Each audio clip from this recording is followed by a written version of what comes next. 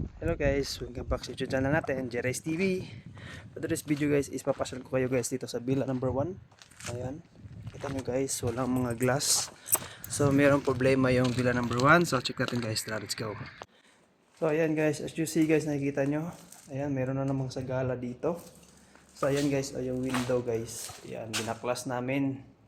Kasi sabi ko siya guys, yung update, merong problema sa villa number 1. Check natin sa taas guys. Tara. So, itong villa number 1 guys is almost finished na. Natapos namin ng mga bintana dito guys. Ayan, nakita nyo guys. Oh.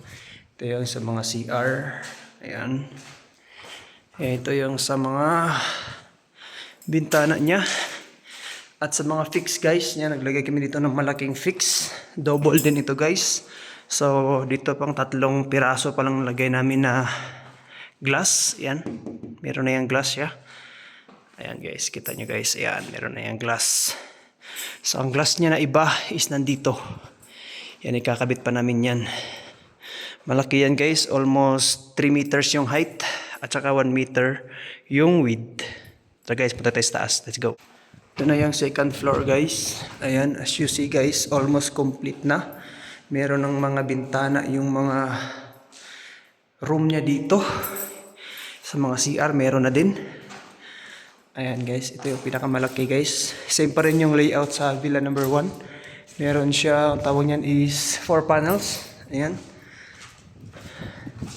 At ito na yung problema guys. So, ito yung sa structure.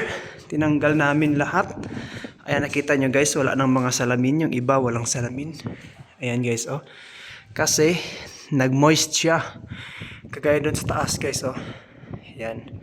Check mo namin yan kasi may moist niyang iba. Mapaklasin din yan.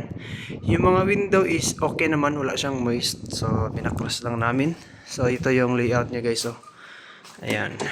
Okay pa naman yung bintana niya. Wala namang problema. Yung ano lang. Yung tawag niyan is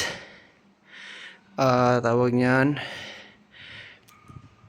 is yung mga fix. So, andito sila. Ayan. Andyan sila lahat guys. So, na-resealed na namin yan. Kumbaga, nalagyan na namin yan ng bagong silicone.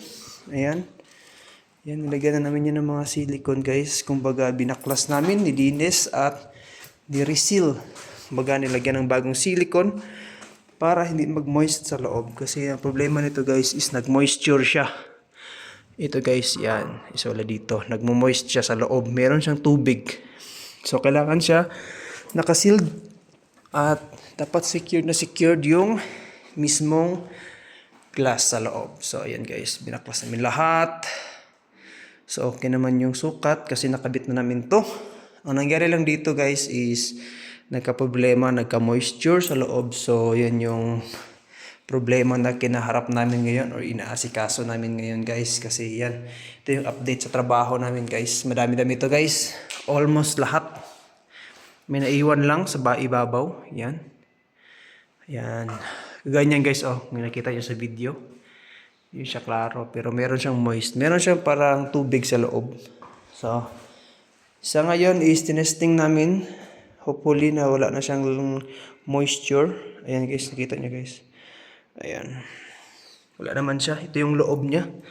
Sa kabila, ito yung labas. Yan, yan yung labas. Ito yung loob. So, mas kita sa loob. So, wala naman. Hopefully. So, ikakabit namin to. Siguro by the next day. Kasi yung update ng work namin, guys. And so, update namin dito, guys, is pag matapos namin dito, is pupunta na kami sa ibang location. So, location namin is Dammam, guys. So, Dammam Al-Kubar. So, malapit lang sa Riyadh. So, hopefully na matapos namin to at makaalis na kami. So, thank you so much, guys. And yun yung update sa work namin, guys, dito sa Saudi Arabia. Ito yung villa number 1. Ayan guys, nakita tayo. Ayan. So ayan guys, thank you so much. Salamat guys sa pagbisita guys. And then salamat sa 1,000 subscriber. Natapos na yung 1,000 subscriber. So ano nyo lang ako guys, subscribe at support lang kayo guys sa mga video natin, sa mga update natin dito sa trabaho natin sa Saudi Arabia. Ngayon is Friday, rest day namin ngayon. So update lang muna tayo. Kasi bukas is bakbakan ulit. And then thank you so much guys. And don't forget to like, share, subscribe. Hit the notification bell and see you on my next video.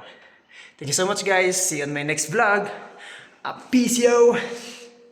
Laban lang guys sa buhay. Let's go!